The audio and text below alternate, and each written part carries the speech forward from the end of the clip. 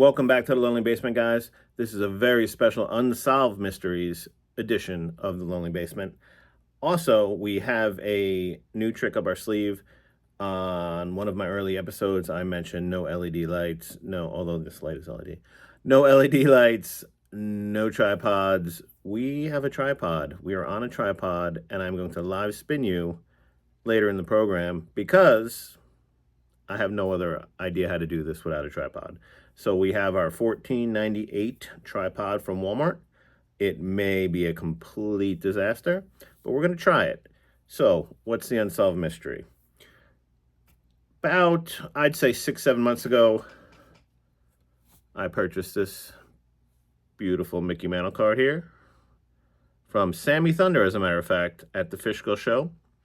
It's Globe Imports. I knew of the Globe Imports, but Sammy had this and got a good deal from Sammy.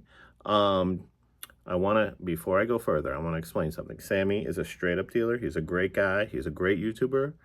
So anything I say about the Globe Imports set has nothing to do with Sammy, nothing to do with him being a great dealer. Okay? Is that clear enough? I just want to make sure. So we got the Globe Import set, Mickey Mantle, blank back, the ace of spades. I purchased this from Sammy at the Fishkill show, as I said, and completely ridiculously coincidentally, I have mentioned my love of Baseball Cards magazine. It was my favorite thing in the entire world besides baseball cards in the, spring, summer of 87, 88, 89. I read it cover to cover every time. I've talked about the cards. I've cut some of them out, left some of them in, blah, blah, blah. Well, at the time, I was kind of going through my collection. I brought everything back to the basement, and I was going through things. I was going through and collating and bagging my Baseball Cards magazines, putting them in order, checking them out, looking them over, putting them in boxes, BCW boxes, the whole bit, collating the magazines. And the day I bought that magazine, or the day I bought that Globe, I sat down right here and I was going through the magazines and I picked up the first one I have. Coincidentally, it's the Don Mattingly issue, April 1986. I'm sorry, 1987. I purchased it probably at a card show, I believe, because Donnie was on the cover, and those have the two Mattingly cards inside. As I said before, I cut them out eventually. But I believe I read the magazine, well-loved magazine, before I cut them out based on what the cards ended up looking like. So I'm going to spin the tripod. Get ready. And we're going to discuss our unsolved mystery. And away we go, right? There you go. Maybe you can see. But that is a coverless 1987 April copy of Baseball Cards magazine. I'm actually in the market to buy a new one with the cards in it. I just haven't quite found the right one yet. I will get one eventually. They're not super expensive, but they're not super cheap, 40, 50 bucks. But I figure I should probably replace this one. The cover mysteriously has disappeared. The only one I own with no cover. All the rest, of course, have the cover except the Donnie one. Kit Young, if you're interested, was selling excellent mint condition or better. Let's see, what do we got here? Since we're here, how about a 61 Koufax, 30 bucks, 12 bucks, sorry, 12 bucks. That's not terrible. 59 Mays for 25. Excellent to mint. Not terrible, not terrible. We got a Munson. Let's see. We love our Munson here in the basement. $19 for 70 and $8.50 for a 71. I would have purchased all of his 71s for $8.50. It's probably about what I paid for mine back then.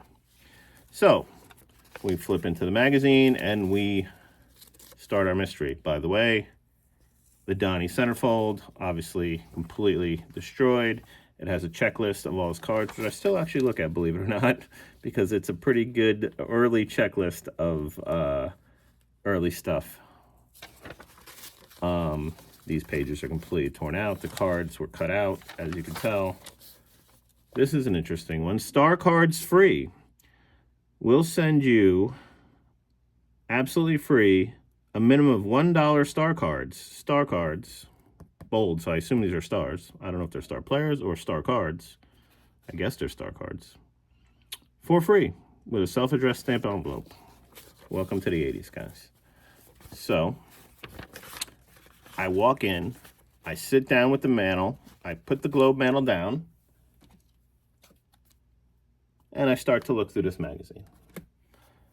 It's the first one, it's the Donnie one. I'm spending a little time on it, looking at the ads, obviously. And what happens? This is a little delicate, actually, believe it or not, guys. I stumble upon this the day I bought this card. Okay, cool. I'm going to read it quick. 1969 Globe Import Playing Cards, Superstars at 1976 prices. How often can you pay lower price for baseball cards in 87 than you could in 76? Not very often, but that makes the 69 Globe Imports card deck unusual. The price hasn't risen in over a decade. They're too small, too poorly printed, black and white thin ink, thin white cardboard. It's not really cardboard, it's paper. Blank backs to be really interesting to many collectors. However, since there's no evidence to the contrary, the cards do appear to be a legitimate issue. The cards do appear to be a legitimate issue, almost certainly intended for packaging in those big plastic balls you find in 25-cent novelty gumball type dispensers in the foyer of Kmart. Shout out to Kmart. That makes the 69 Globe interesting to many superstar collectors. Since the issue has never been, to our knowledge, checklisted anywhere, it seems to have time has come to let superstar collectors know if their favorite players in the set. The set is hard to find in the hobby, paper ads or at shows, but turns up at flea markets. The complete set is usually priced at $1. Singles are never available since the individual cards, they're about worthless. This is worth about $40, I guess. So this is Baseball Cards Magazine, which is Krause Publishing, the same company as Sports Collectors Digest. Bob Lemke, editor-in-chief, 1987. Here are the hearts, clubs, spades, diamonds. A through K, ace through king, ace through king, ace through king. These are 52. There are 52 cards in a deck. This is 52 cards. Where does our mystery begin? Where's the Mick? In 1986, the Mick, did not exist on this checklist. The ace of spades is Ken Harrelson, Boston Red Sox. So I got kind of interested. I said, well, where did this come from? Because this is literally a white piece of paper. Where did these come from? When were they printed? Quick Google research, guys. Using the internet, I found nothing that I could find to back up when these were made, not made, etc. Just the fact that they exist today, and they didn't exist in this checklist in 1987. Well, we fast forward. We pull out our vintage baseball cards, which, by the way, is printed by Sports Collectors Digest. Bob Lemke, when he passed, this stopped being printed. This is a 2012 version, written and edited by Bob Lemke. Same people as this magazine. We open up, we have our placeholder here.